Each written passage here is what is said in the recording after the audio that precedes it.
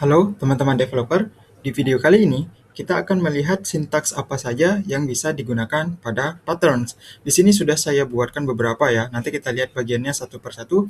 Yang pertama adalah matching literals. Ini yang paling simpel sih ya, yang paling simpel banget contohnya. Di sini saya yakin teman-teman juga paham hasilnya adalah bagian arm yang pertama. Print line dia akan mengeluarkan yang one, text one, karena kan di sini kita coba matching variable x yang mana nilainya adalah satu, dan di dalam match expression ini tentu pattern satu lah yang cocok dan arm satu ini akan dipilih tentunya seperti itu. Oke. Kemudian ini saya tutup saja, kita langsung ke bagian berikutnya. Di sini kita akan melihat yang namanya itu named variable pada match expression yang merupakan irrefutable pattern yang match ke segala value begitu. Kalau teman-teman lihat di sini kita punya variabel x berupa sum dengan nilai 5, lalu y dengan nilai 10. Kita gunakan match expression untuk mengetahui hasil si variabel x. Di sini tuh kita gunakan named variable yaitu y yang di dalam sini, oke, di arm kedua yang bakal mencocokkan segala nilai pada sum begitu. Ingat, match expression membuat scope baru, jadinya variabel yang dideclare di dalamnya akan nge-shadow variabel dengan nama yang sama di luar scope-nya, yaitu adalah y di sini, itu dia nge-shadow y yang ini, gitu loh. Variabel y pada arm kedua di dalam match scope ini tuh adalah variabel baru ya, yang kita pakai untuk ngebinding nilai di dalam sum, yang dalam contoh ini adalah si variabel x, karena kan arm pertama nggak cocok juga tuh di sini gitu loh. Jadi dia akan ngebinding nilai si x, yang mana di arm kedua inilah dia akan dipilih begitu, akan dieksekusi print line-nya begitu. Dan kalaupun x ini kita jadiin none itu bisa kok, bisa. Tapi hasilnya tentu yang catch all pattern inilah yang akan dipilih atau dieksekusi. Ini contoh saya running ya. Saya running. Nah, di sini kan kelihatan tuh match y sama dengan y. Y di sini adalah bukan y yang di luar ya, tapi y yang di dalam sini begitu. Kemudian di sini kita lakukan kita tambahkan print line aja sih untuk ngelihat lagi nilainya, seperti itu maksudnya. Nah, kalau yang saya bilang tadi diganti dengan none di sini, maka hasilnya tentu akan yang dipilih itu catch all pattern yang default case, seperti itu. Oke, selanjutnya ini saya tutup lagi.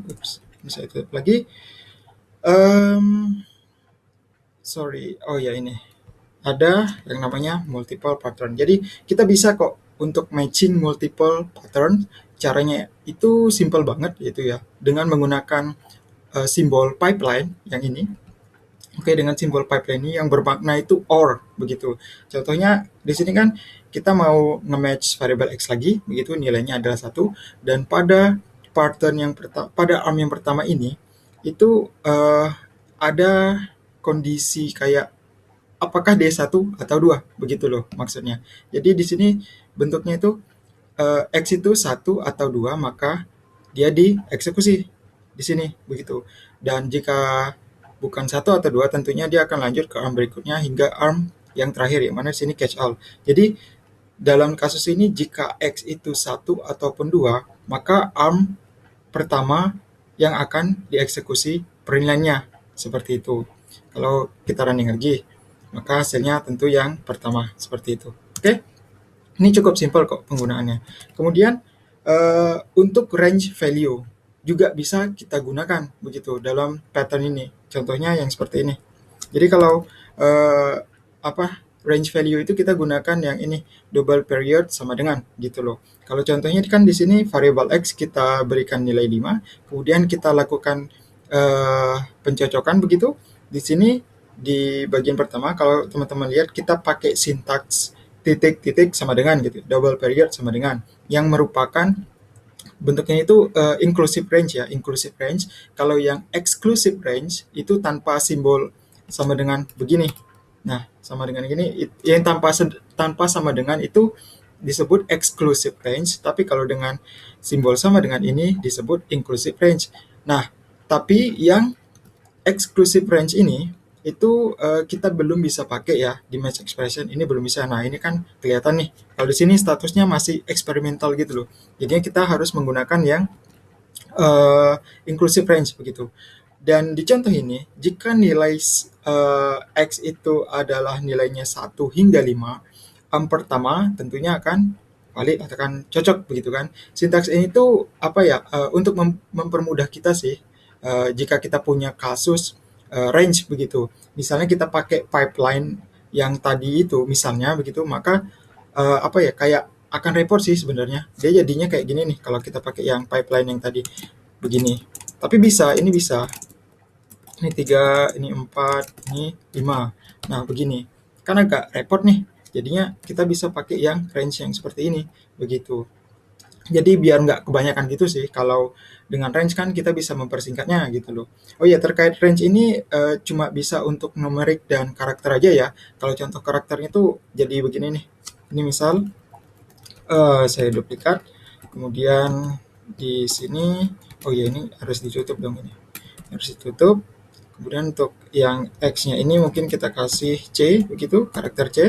Lalu di sini kita buat dia kayak A itu titik-titik sama dengan kemudian J misalnya begini, maka di sini mungkin kita tuliskan early ASCII letter begini. Kemudian untuk yang catch all itu di sini apa ya?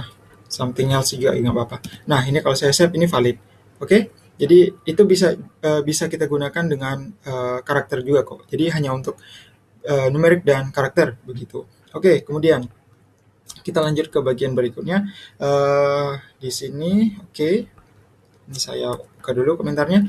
Jadi kita bisa juga menggunakan patterns yang untuk mendestructor structs, oke, mendestructor structs, enum dan tuple begitu. Kalau di contoh ini, di sini kita punya struct dengan dua field, oke, dua fields yaitu keduanya integers, baik untuk x dan y begitu. Di main functionnya kita buat instance dari point struct dengan nilai yang kita tentukan yaitu 0 dan 7, ya kan?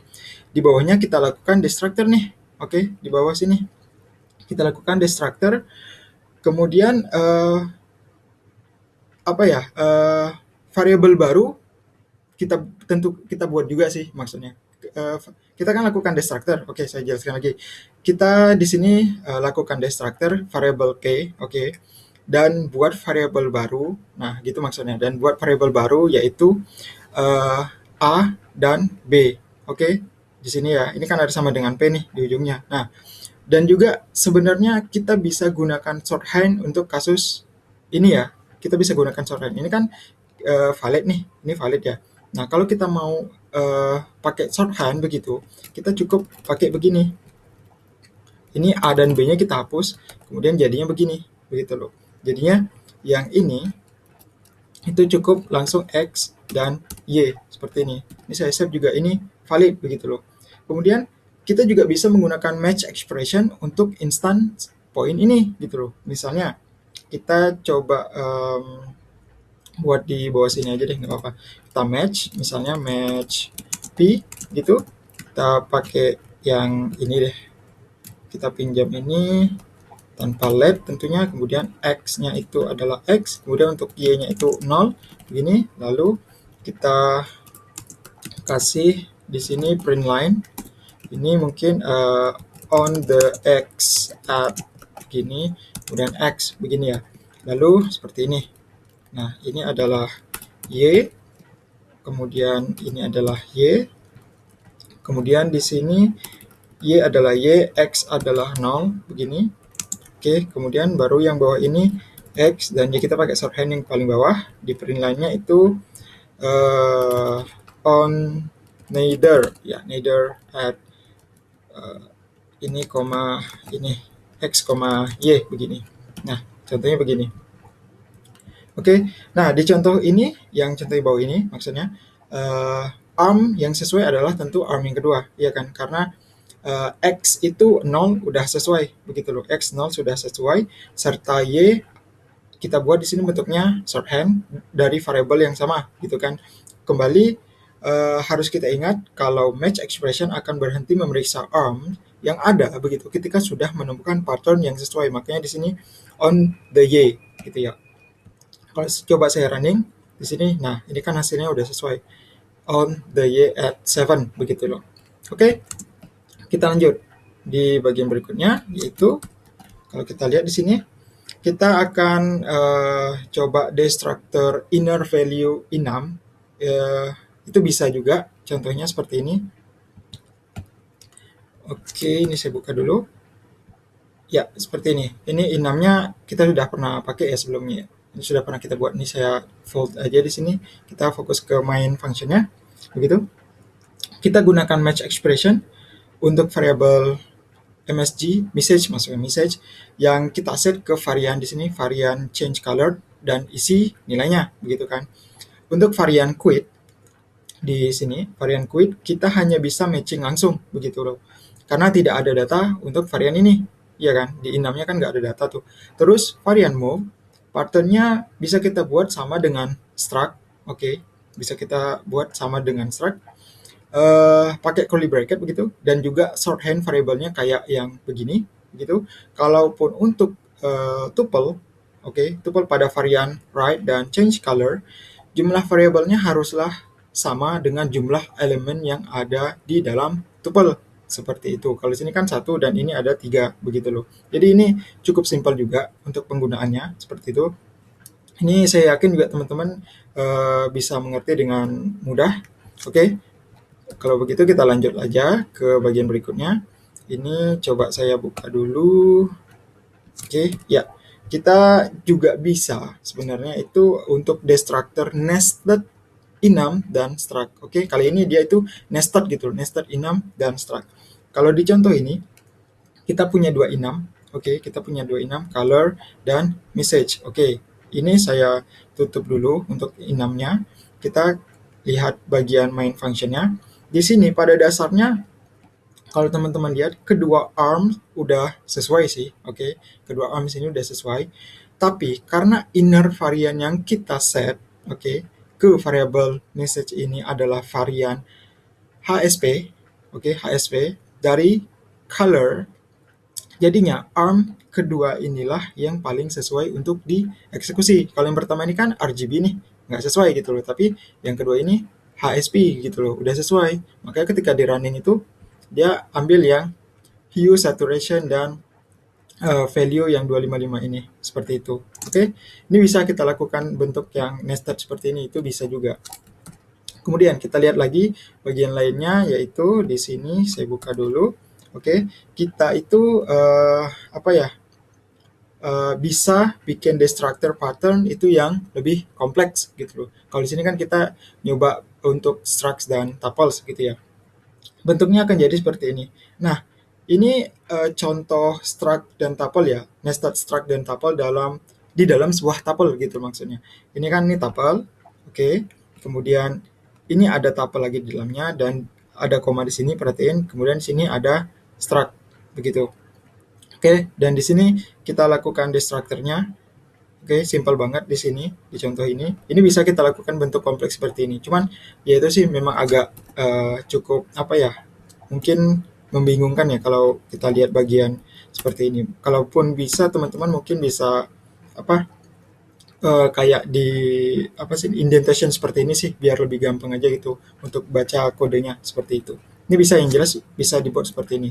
Kemudian, dalam kasus tertentu, dalam kasus tertentu, itu ada kalanya kita mau mengabaikan sebuah nilai atau ignoring values pada sebuah pattern, ya kan?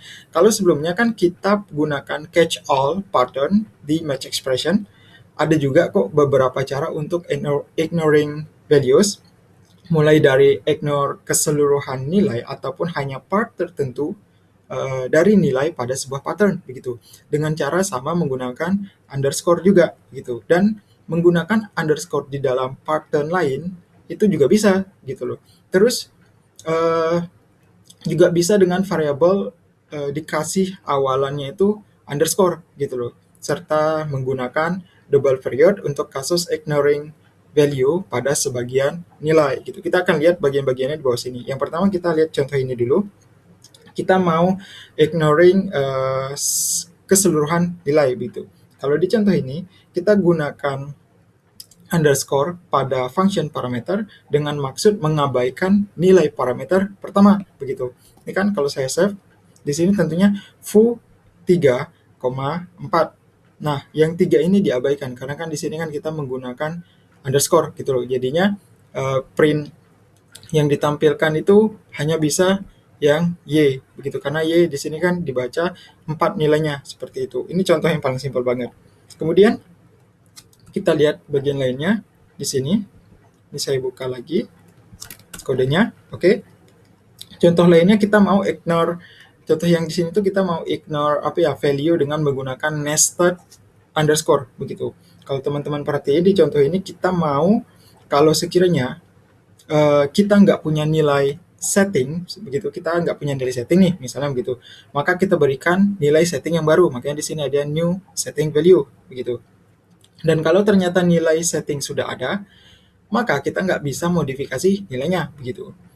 Kita gunakan match expression untuk matching tuple kedua variabel. Di yang pertama kita gunakan underscore karena kita mau ngabaikan nilai yang ada di sum variant begitu loh. Jika kedua destructor dari variabel adalah sum variant, kita cukup print line aja nih begitu kan. Di sini kan can override an existing customized value begitu. Terus kita pakai juga catch all pattern untuk modifikasi nilai setting jika kondisi di arm yang pertama ini tidak sesuai gitu loh. Jadi di sini kalaupun ini kita lihat saya running, maka tentu yang pertama gitu kan. Yang pertama karena yang pertama ini yang sesuai gitu loh. Kemudian kalau contoh untuk ignore nilai tertentu itu kira-kira jadinya seperti ini nih. Kita coba let fn main begini. Ini saya tutup dulu.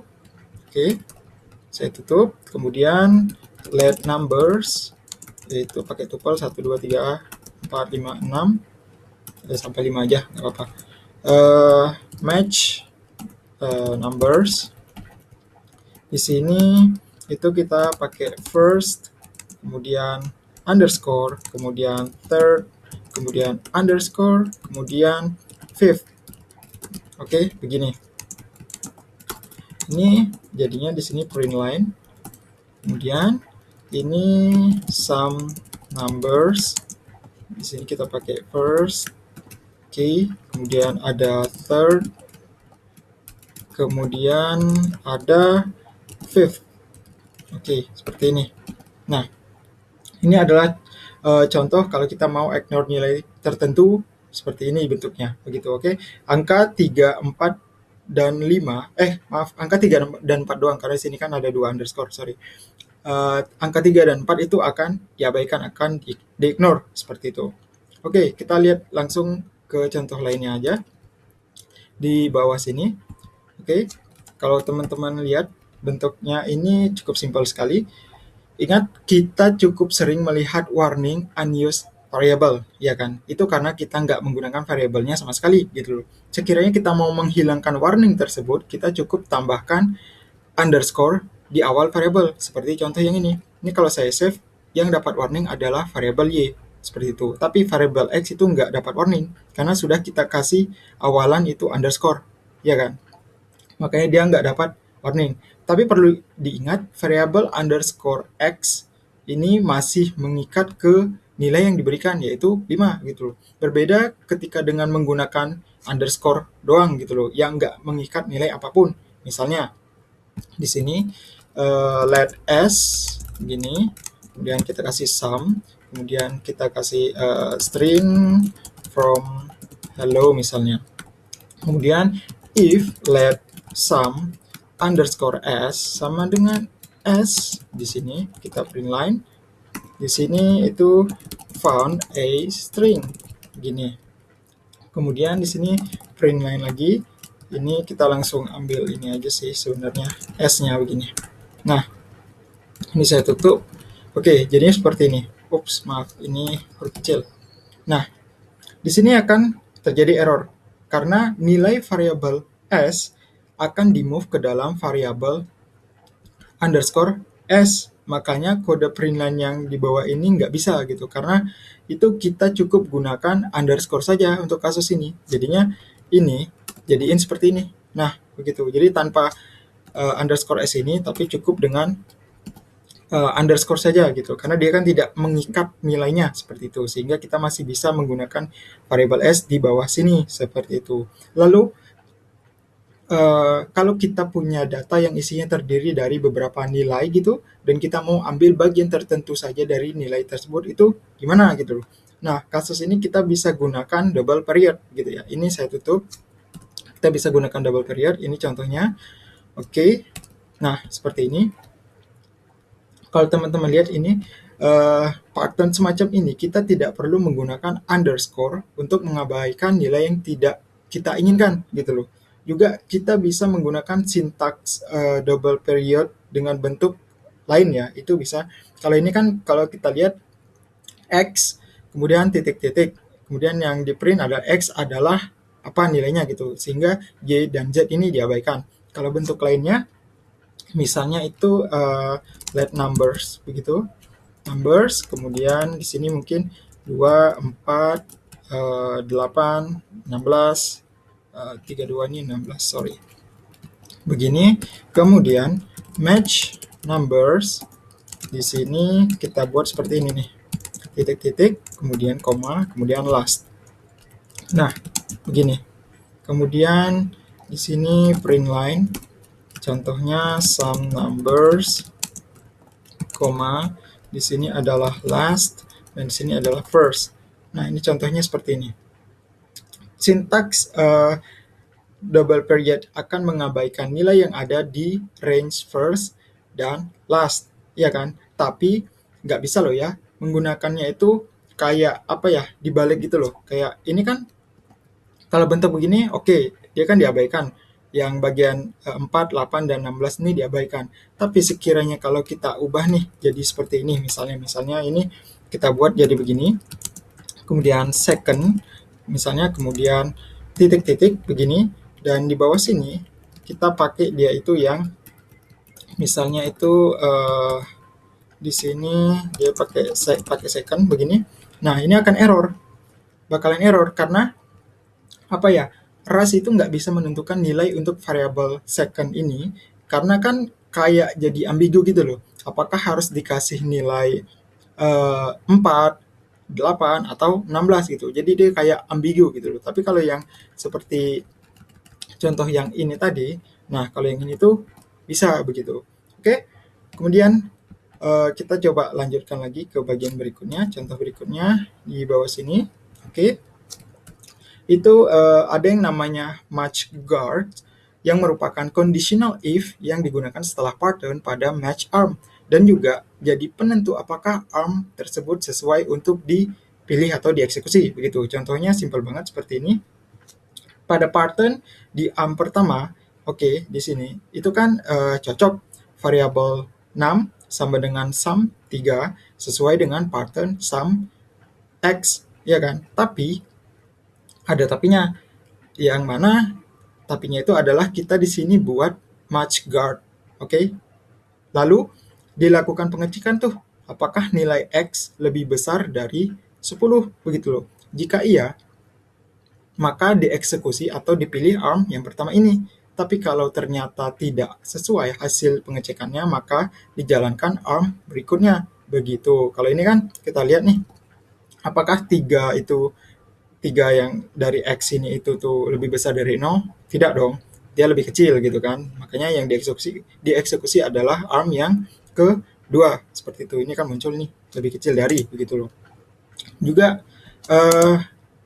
ingat sebelumnya kita buat variabel baru dalam pattern pada match expression. Sekarang kita bisa handle dengan match guard juga, begitu loh. Kalau di sini kita misalkan let X sama dengan sum di sini 5, kemudian let Y, ini saya yakin teman-teman masih ingat, kemudian match X sum 5 50 begitu.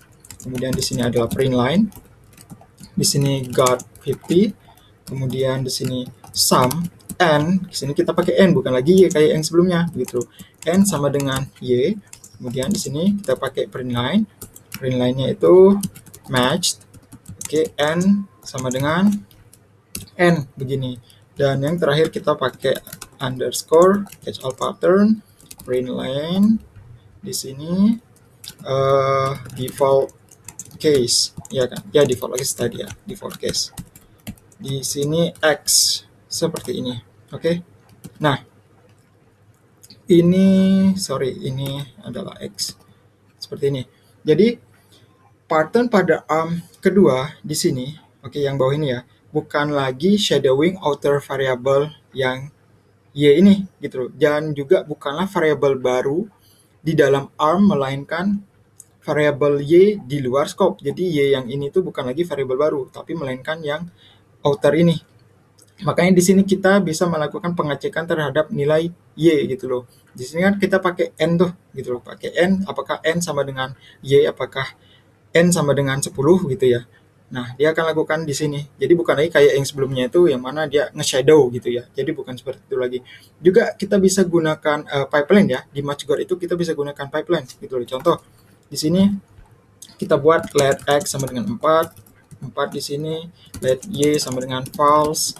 Kemudian match X 4 atau 5 atau 6 begini ya. If Y begitu. Kemudian kita print line. Di sini teksnya yes gitu. Dan yang catch all ini adalah print line-nya adalah no gitu ya. Nah, seperti ini.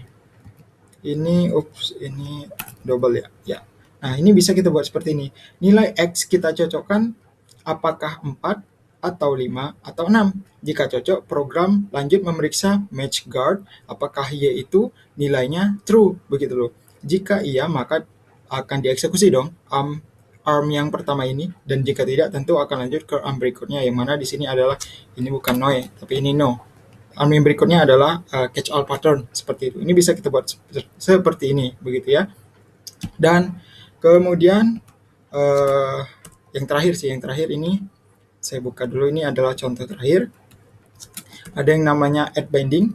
Jadi add binding ini merupakan operator yang memungkinkan kita membuat variabel yang menyimpan sebuah nilai, dan di waktu yang sama kita lakukan testing ke nilai tersebut pada proses matching patternnya begitu loh. Kalau di contoh ini kita lihat di arm pertama kita buat ID spasi add, ID spasi add sebelum range 3 titik sama dengan 7. Nah, ID underscore variable ini tuh akan menyimpan nilai apapun yang cocok dari pattern range nilai yang kita tentukan selama proses pencocokan nilainya berlangsung gitu loh. Untuk arm kedua ini, arm yang kedua ini kita buatkan range yang biasa aja gitu ya, tanpa variabel lagi gitu loh, dengan nilai yang berbeda juga sih gitu. Dan sedangkan untuk arm terakhir akan dijalankan kalau semisalnya nilai dari ID tidak berada pada range di atas ini, seperti itu. Ini kalau saya running, maka kita akan ketemu hasil yang dari arm yang pertama gitu, found an ID in range 5, karena di sini kan kita kasih nilai ID-nya adalah 5, seperti itu. Jadi ini bisa kita gunakan seperti ini ya. Jadi juga kita panggil di sini. Kira-kira inilah beberapa pattern syntax yang bisa digunakan pada bahasa pemrograman Rust, dan teman-teman bisa cek kembali di bagian dokumentasinya untuk detail penjelasan lebih mendalam, dan juga mungkin untuk contoh-contohnya. Ada beberapa contoh mungkin yang teman-teman ingin tahu kasusnya seperti apa, tapi ini secara singkat adalah contoh-contoh yang sudah diberikan di dalam Rustbook seperti itu. Saya rasa ini saja untuk video kali ini, dan saya akan sertakan link di dalam deskripsi video seperti biasa yang bisa teman-teman langsung cek untuk mengetahui lebih lanjut detail terkait apa yang kita bahas pada video kali ini. Saya rasa itu saja, dan terima kasih. Sampai ketemu lagi di video selanjutnya.